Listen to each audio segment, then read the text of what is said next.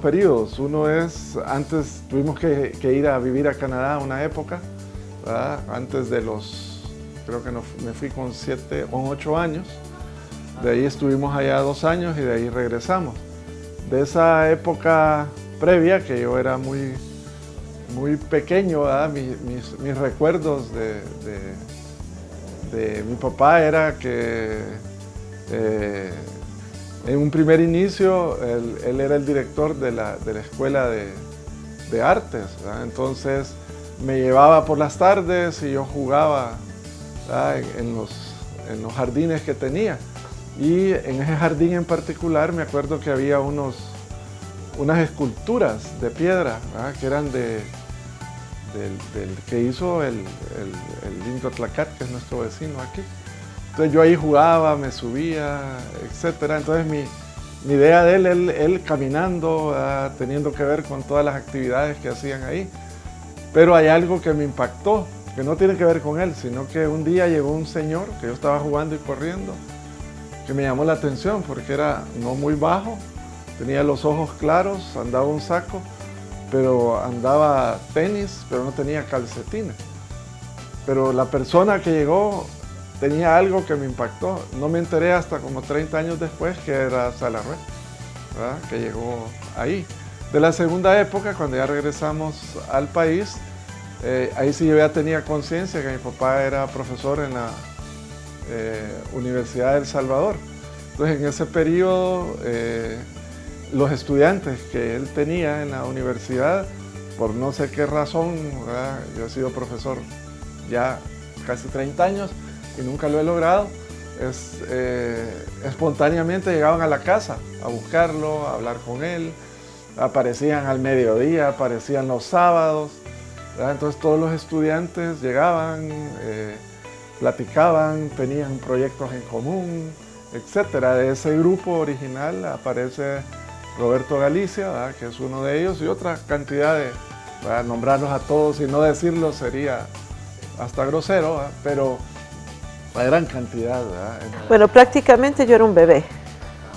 O sea que prácticamente yo era un bebé hasta que nos mudamos a la 49, a la par, Avenida Norte, que es ahora ese paso horrible que dio después el Boulevard de los Héroes y que ahora se sube y yo no sé, es una cosa va a venir, bueno, que va a dar al estadio, esa misma calle. Y eso debía de ser cuando mi hermano debía estar en la preparatoria, tiene 2 años más que yo.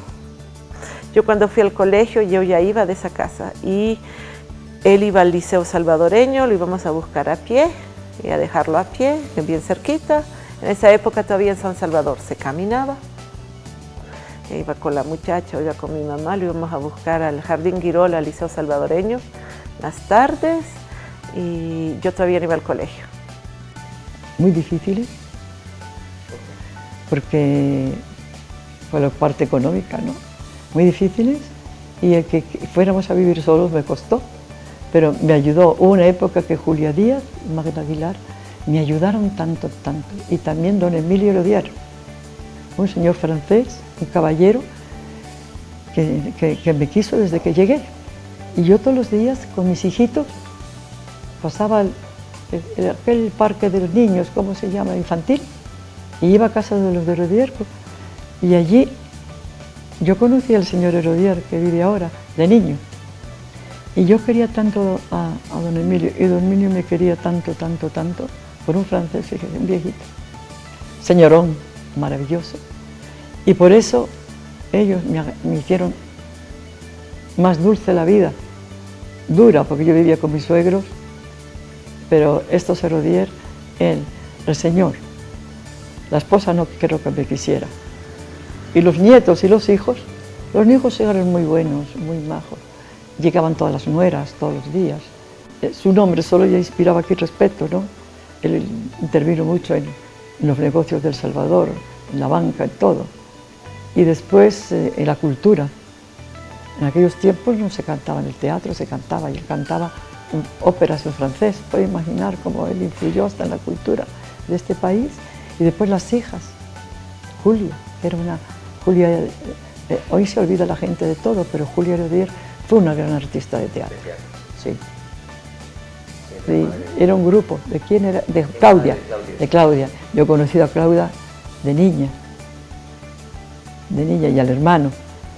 Yo todos los sábados, mientras fui niña, pequeñita, todos los sábados, todas las mañanas yo salía con mi papá. Íbamos a hacer todas las diligencias y lo que más me gustaba ir a comprar pinturas con él. Entonces íbamos a Sherwin-Williams, íbamos a Freun, a Pinsal, a todo eso. Esos olores de las pinturas, todo eso. Luego íbamos a comprar pinceles, íbamos a comprar las papeles, colores, todo eso a la Moderna. Y luego íbamos a la única galería que había en esa época, a la Galería Forma. Las horas que yo habré pasado en esa galería.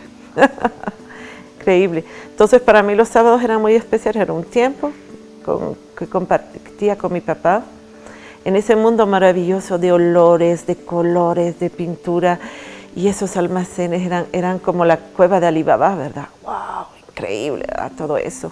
Yo me acuerdo porque era niño, ¿verdad? Y eso de que de repente subían la voz, ¿verdad? Y estaban, bueno, venían una serie de pintores de Nicaragua, que eran amigos de él, de Guatemala.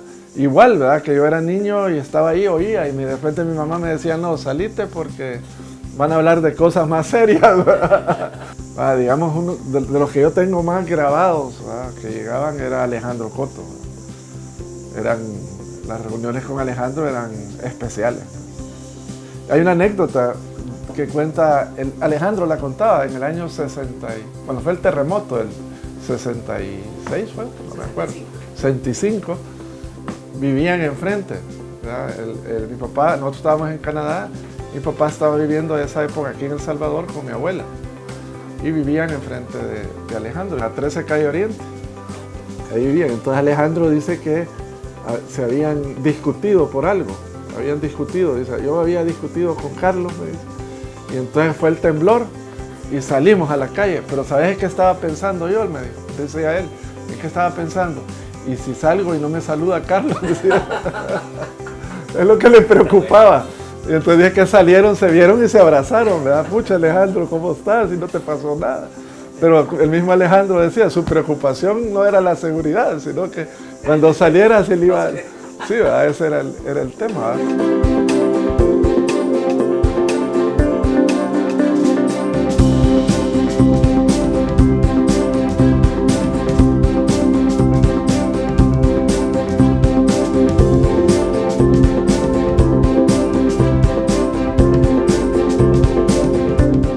Luego íbamos a la galería, ya a ver lo que había, lo que no había, hablaba con Julita, hablaban de arte, yo estaba ahí metida en el medio, es una cosa que siempre hemos estado metidos en el medio.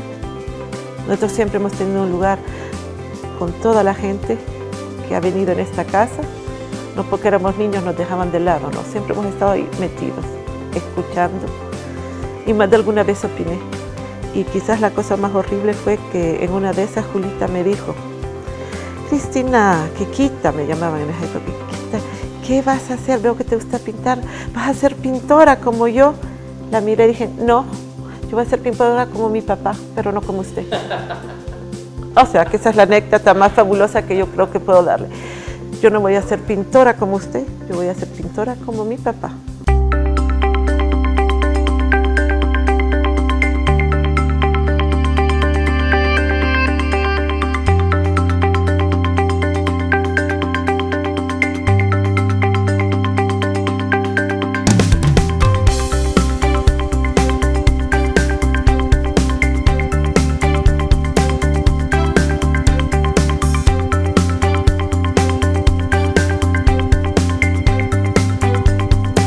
Y por lo tanto he querido mucho a Julita.